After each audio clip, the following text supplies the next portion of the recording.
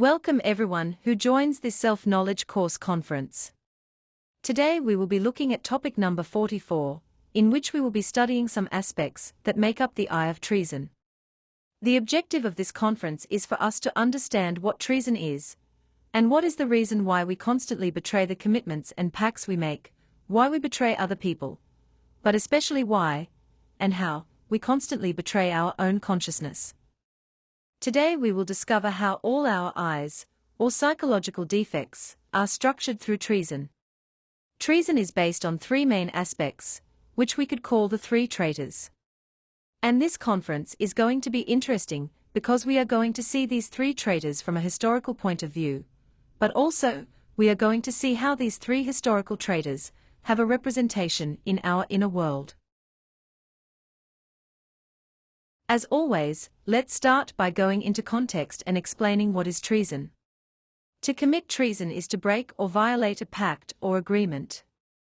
We, on the physical plane, know treason when, for example, a boyfriend tells a girlfriend that he will love her all his life, and after a while he gets bored. In fact, the boyfriend already made a promise and broke it, so there is treason. Or when one undertakes to pay on such date an amount of money that is owed, and although he could have done so, he doesn't do so. There is evidently treason since an agreement is being breached. Undoubtedly there is treason when something is falsified, or something is adulterated. For there to be treason something must have been broken, a bond, a pact, a promise, etc. So, to be clear, if there is a pact that is not fulfilled, there is treason. Therefore, we will start from this basis to study treason. An agreement or commitment must be violated. Now, the important thing is to know that we all come from the Absolute with a purpose. We are not here as visitors or tourists. Each of us descended into physical manifestation to achieve mastery, to achieve self-realization of our own inner being. That is, the awakening of 100% of our consciousness. So, we all made a pact with our being to achieve this purpose and return triumphant. We came here to know ourselves, to rescue all wisdom from the ego, and turn all our darkness into light. Every time that in an existence we receive the knowledge that can allow us to achieve that purpose, internally we resume that pact to seek self-realization, and to work for that goal no matter what the cost. But to achieve this, we will have to face the three enemies of the Christ, that we all carry within us, and that form what we will call the I of Treason. Let's remember that in Conference 28, where we talked about the universal and individual Christ, we talked about what the Christ really is. And we were talking about that cosmic drama that Master Jesus came to represent in the Holy Land to open the meaning of initiation to all human beings. And to leave engraved in the collective memory of this race the path that every aspirant to incarnate their inner Christ must live internally. The initiates of all ages, the masters of all centuries, have had to live the cosmic drama within themselves, here and now. And each one of us must live it within ourselves if we aspire to reach self-realization. And through self-observation we realize that we live it moment by moment. Ultimately, the Christ is our own consciousness. It is born in us, it grows, and it has to take the merchants out of the temple. We know that the temple is our own body, and the merchants of the temple are all our psychological defects, who sell our energy all the time. The inner Christ must eliminate all the undesirable elements that we carry within us. The intimate Christ, not being a luster, has to eliminate from himself the psychological elements of lust. The intimate Christ, being in himself peace and love, must eliminate from himself the undesirable elements of anger. The intimate Christ, not being greedy, must eliminate from himself the undesirable elements of greed. The intimate Christ, not being envious, must eliminate from himself the psychic aggregates of envy. The intimate Christ, being perfect humility, infinite modesty, absolute simplicity, must eliminate from himself the disgusting elements of pride, vanity, and conceit. The intimate Christ, the Word, the creative Logos, always living in constant activity, must eliminate from himself the undesirable elements of inertia, laziness, and stagnation. The Lord of perfection, accustomed to all fasts, temperate, never a friend of drunkenness and great banquets, has to eliminate from himself the abominable elements of gluttony. And all those psychological aggregates within us hate the Christ, they hate the light, they hate conscience to death, and they cry out for the crucifixion of the internal Christ. Thus, today we are going to see how we crucify our intimate Christ in every moment. We are going to see the relationship between what happened historically with Master Jesus, with what happens from moment to moment within us. Firstly, we must observe that, just as the historical Christ had many detractors who rejected him, equally within us there are these same psychological aspects that reject the development of our inner Christ. Historically, we saw that the Christ was rejected by the priests, elders, and scribes. The priests hate him, that is to say, they don't understand him, they want the Lord of perfections to live exclusively in time, in accordance with their unbreakable dogmas. The elderly, the inhabitants of the earth, the good homeowners, the judicious people, the people of experience, hate the red Christ, the Christ of the Great Rebellion, because he leaves the world of their antiquated, reactionary, and petrified habits and customs. The scribes of the temple, the scoundrels of the intellect, hate the intimate Christ because he is the antithesis of the Antichrist, which is intellectualism. The Christ is the declared enemy of all that pile of university theories that abound so much in the markets of bodies and souls. Likewise, to develop our inner Christ we will have to face these same detractors in our psychology.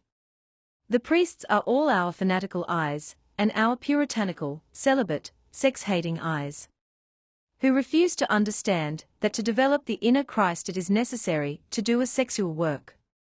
The elders, the good homeowners, the judicious people. They represent our customs, our beliefs, our dogmas, which are obstacles when we want to obey our consciousness above what is moral or socially established. The scribes of the temple represent our intellectual eyes, full of theories, concepts, doubts, and skepticism, which don't allow us to open ourselves to practice and direct experimentation of reality.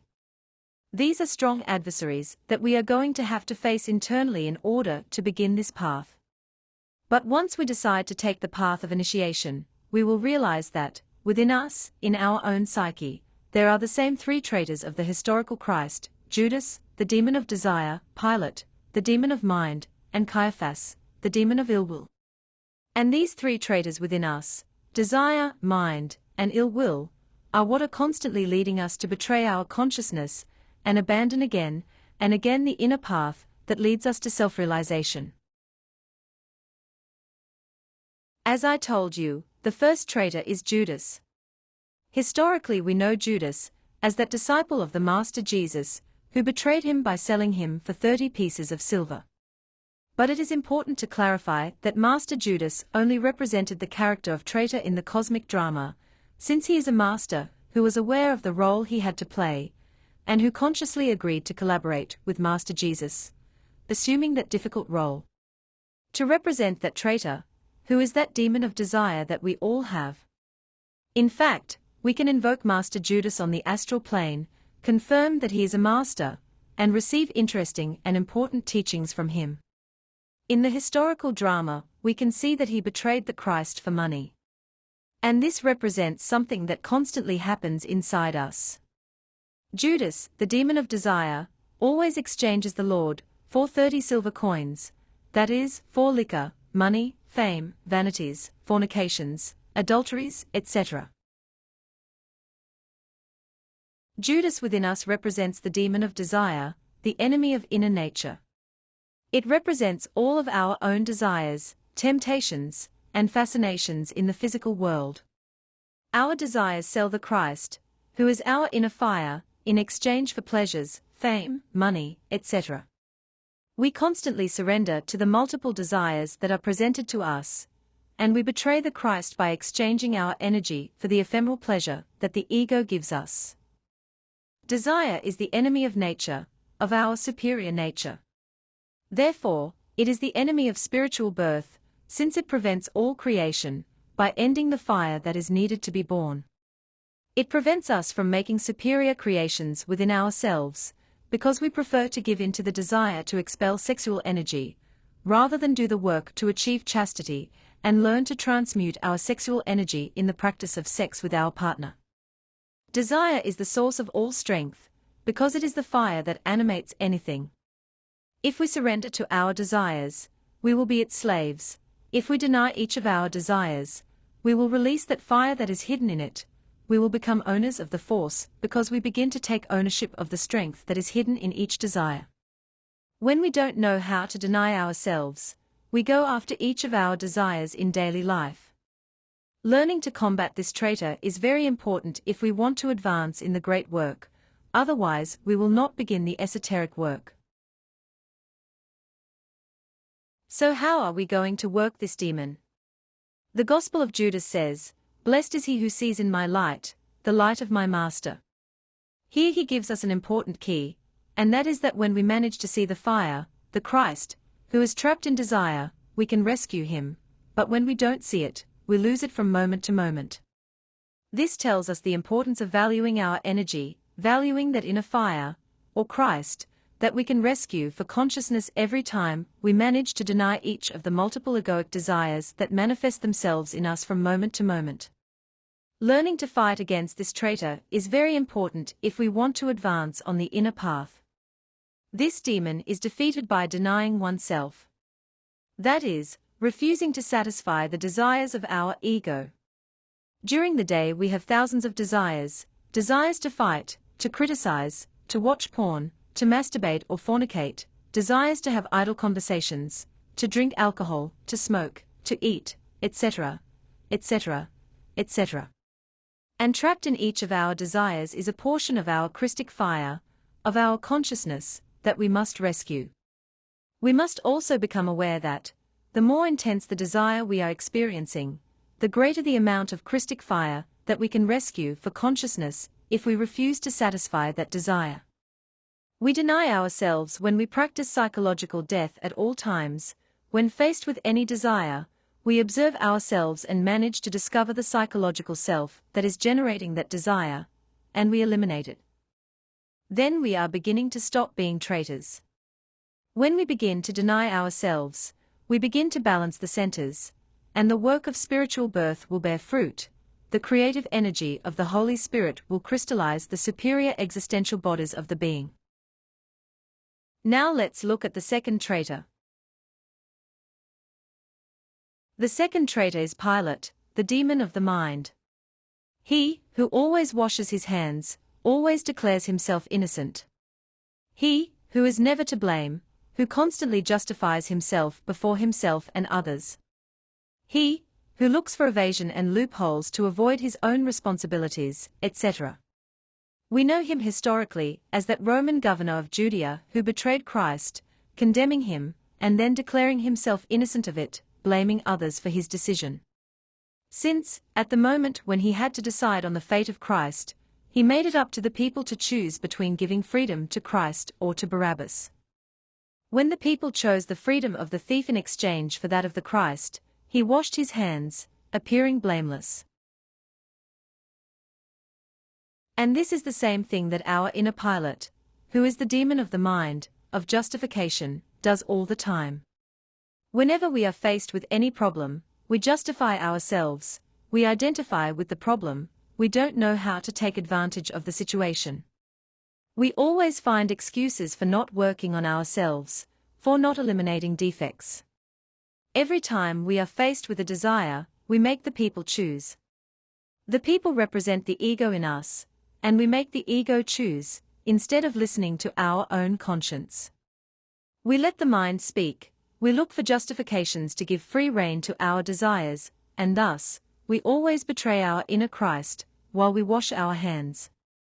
If we feel the urge to fight, to shout, to offend, we give in to that desire, we fight, we shout, we offend, but we justify ourselves by blaming the other. If we feel the desire to take something that doesn't belong to us, we justify ourselves by saying that we need it, or that the other person doesn't really need it anyways, or that it doesn't have much value, so it is not so serious that we take it. And so, we look for any justification to give in to desire. If we feel like pouring out our sexual energy, we justify ourselves saying that it will be the last time, or that achieving chastity is very difficult.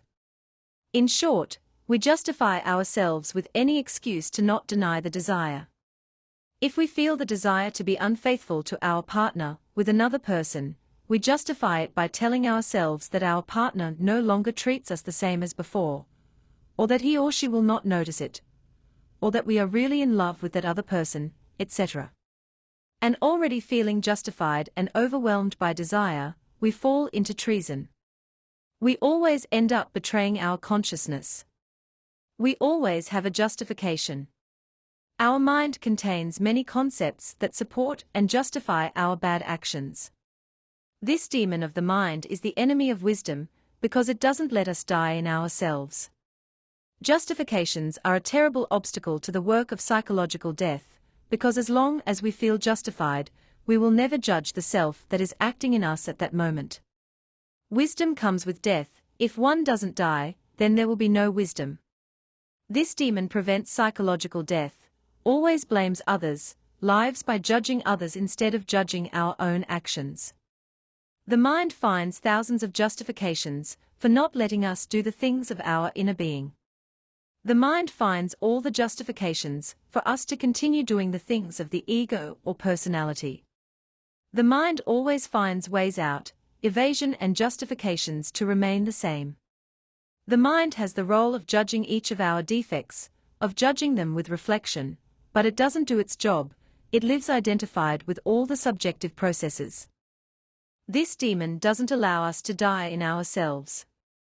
Because we are never guilty. The culprits are always others, or life, or God, but not us. And thus, we never manage to move towards true change. So how are we going to combat this demon to stop betraying? To combat it, we must stop justifying ourselves, we must judge ourselves ruthlessly, we must not accept the escapes that the mind offers us, we must become serious with our inner work. We must take the grass from the donkey, we must not feed the defects of the intellect, we must put an end to all concepts to integrate our mind. Let's remember that the best way to think is not to think. With all the intellectualism, the mind has degenerated and no longer understands. Our mind must be in charge of judging defects. We must use our mind to reflect on our actions and judge our psychological defects. We must know that wisdom comes with death. When we ask for death for a defect, from the death of the defect, light is released, which is wisdom, and fire, which is love. We defeat this demon by not justifying ourselves and by judging ourselves without mercy. By silencing the mind, in that inner silence, we can listen to intuition, which is full wisdom. The third and most dangerous traitor is Caiaphas. Historically, Caiaphas was a Jewish high priest who, upon knowing who the Christ was, felt threatened in his power, and sought the crucifixion of the Master. He knew who Jesus was, and yet he condemned him. He acted awake and with ill will. Within us, Caiaphas represents that third aspect of the I of Treason, which is the demon of ill will. The one that manifests itself when we feel a desire, we justify it, and we end up acting against our consciousness and against the development of our inner Christ, by doing what the ego wants, or by not doing what we should do in favor of our being. So, this is the ill will that manifests itself in us when we know that we shouldn't do something, but we do it anyway, and when we know that we should do something, but we fall into ill will and don't do it. Therefore, it represents our words, works, and omissions in the field of deeds. This is the most dangerous, since karma is generated here, not in the mind or in the desires, but in what we do against others, or what we don't do in favor of others. This demon is especially an enemy of sacrifice for humanity, because ill will doesn't allow us to do so. Caiaphas is the enemy of truth. If the truth is the being, let's say that he is the enemy of the being. He wants to prevent us from doing the work of our being. Ill will always leads us to promise and not fulfill what we have promised. Our word no longer has value because we have the traitor self too alive within us. Ill will leads us to waste time on idle things that are not of the least important. It doesn't let us practice anything. Our ill will wants to self-realize without working. We can see that we have an unwillingness to establish and adhere to discipline in our esoteric work. Unwillingness to do the practices and to comply with the schedules that we have set for ourselves to meditate, to make sacrifice for humanity, etc. Even when practicing astral projection, we have ill will, because we prefer simply to let sleep take us unconsciously to the fifth dimension every night, instead of doing the practice daily to consciously unfold ourselves to the astral plane. As well as unwillingness to practice the jump technique, which we recently learned in the course. Having so many things to investigate in the astral plane about ourselves and about this knowledge, we have an unwillingness to investigate and to verify for ourselves. Unwillingness to remain awake during the day, in a state of self-observation, discovering the manifestations of our ego and eliminating them. Unwillingness to meditate, to reflect, to concentrate, to comprehend our defects, to make our retrospections. Unwillingness to practice the dervishes, the transmutation of cosmic forces, the transfer of funds, or to negotiate with divine law. Unwillingness to work to develop conscious love by sacrificing ourselves for others. So, we have a lot of resistance to talking to someone about knowledge, to handing out flyers, to prepare ourselves to teach others the knowledge. We have a lot of unwillingness to teach the knowledge. And we have a lot of unwillingness to stop fornicating, achieve chastity, and begin to be born spiritually. Our willpower is right now trapped in all our defects, and each of them is structured through treason. For this reason, we are always willing to waste time on our cell phones, on social networks, looking at memes, watching videos, playing games for hours, or doing any other idle activity. We have a very good disposition to watch television, to watch series. Goodwill for idle conversations, for parties and revelries. Goodwill for subjective work, to dedicate many hours of our lives to slavish work that leaves us without energy or time to do the work of our being. Good willingness to sleep and rest. Willingness to commit fornication, to satisfy our desires, to commit adultery, etc., etc., etc. But for things of consciousness, we have laziness, sleep, yawning, annoyance, fear, etc. That is our ill will in action, and it is only observing ourselves to make us aware of how subdued we are to our ill will, and how if we don't overcome this inner traitor, we will never be able to make the inner path in pursuit of the truth. And how then are we going to work on our inner Caiaphas? We will work it by making conscious sacrifices, and by going through voluntary sufferings. And what are conscious sacrifices and voluntary sufferings? It is to stop pleasing the ego, not doing what the ego wants, and doing the things of consciousness. In this way, the ego will undoubtedly suffer, but we will also eliminate those eyes of suffering, and thus we will release the fire, the Christ that is trapped in that desire. In this way we go through voluntary suffering, by resisting the pressure and resistance of the ego.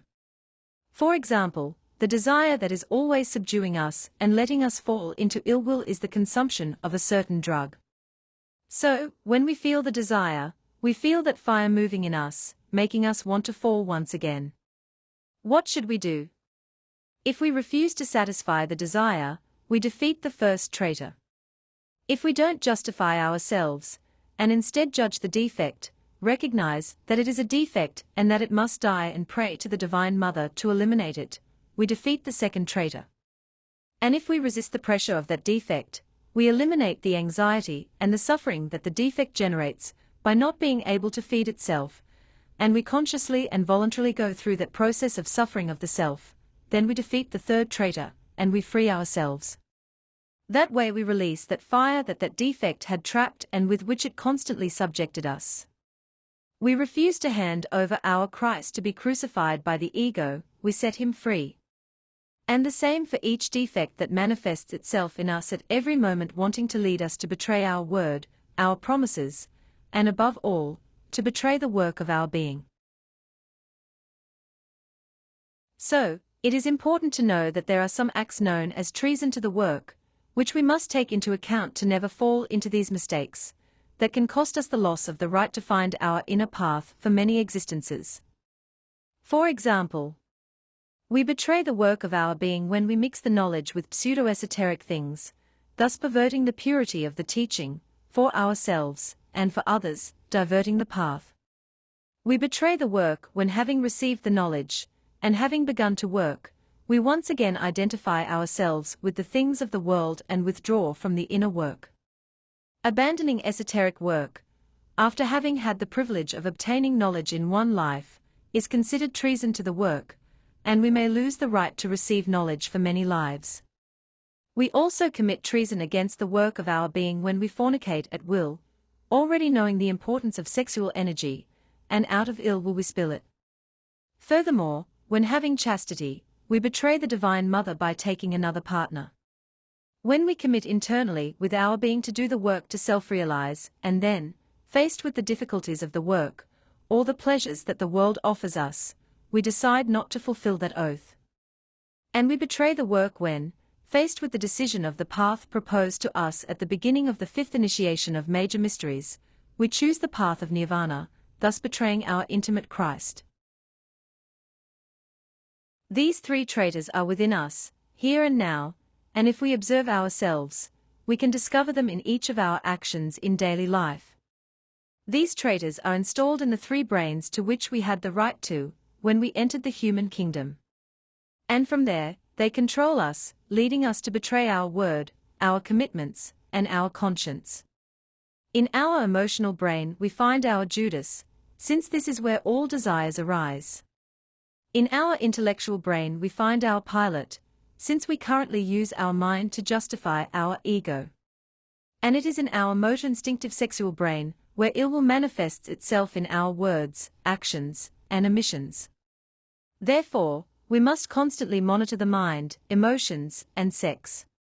Be alert when a defect wants to manifest itself, making us feel a desire. Thus, we deny ourselves the desire, we don't justify ourselves, or fall into ill will. In this way, we will constantly regain consciousness, and be able to carry out this inner work.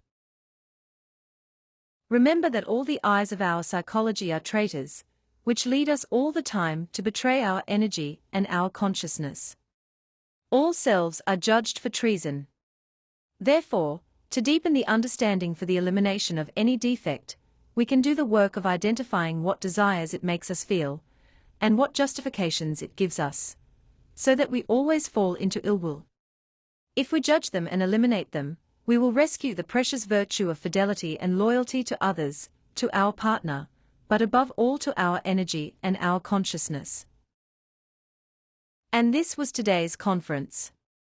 I hope you find it as useful and interesting as it is for me. I leave you with the invitation to the next conference, a very important conference in which we will talk about what we must do, so that the practices give us positive results.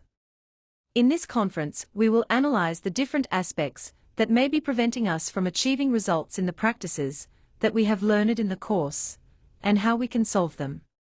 Don't miss that valuable topic. Until next time.